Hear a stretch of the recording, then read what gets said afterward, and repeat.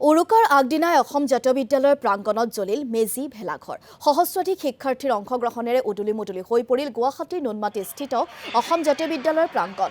ভোগালী বিহুৰ পৰম্পৰাৰ সৈতে শিক্ষাৰ্থীসকলক চিনাকি কৰি দিবলৈ অসম জাতীয় বিদ্যালয়ে প্ৰতি বছৰে আয়োজন কৰে ভোগালী চৰা।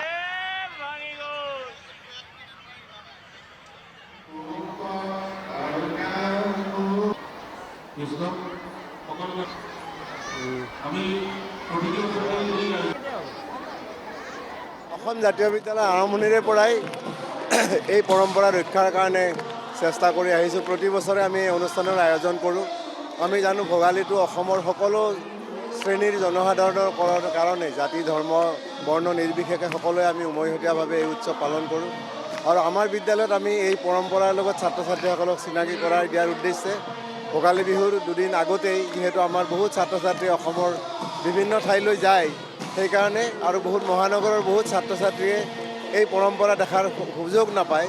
সেইকাৰণে আমি প্ৰতীকী অৰ্থত ইয়াত এই ভোগালী মেজিৰ আয়োজন কৰোঁ, ভোগালী চৰাৰ আয়োজন কৰোঁ আৰু ইয়াৰ দ্বাৰা তেওঁলোকক আমাৰ নিজৰ জাতীয় কৃষ্টি সংস্কৃতিৰ লগত পৰিচয় কৰাই দিয়াৰ কাৰণে চেষ্টা কৰোঁ।